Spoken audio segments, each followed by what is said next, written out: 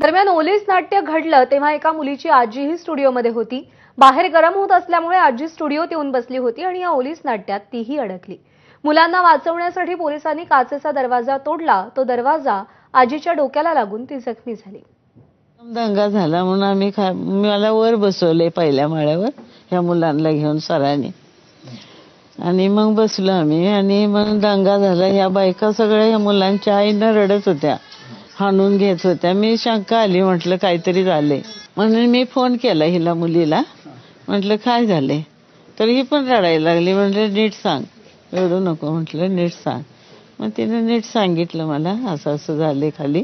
तेच नाही परत मग नंतर काय झालं, एक तासाने ते सर आले आणि म्हटले चला चला मुलांना घेऊन आपण बाहेर पडायचे. मग त्याने एक कुलूप तोडलं शटरचं आणि त्या एका बोळातून सगळी जात होते. मी पण रांगत रांगत गेले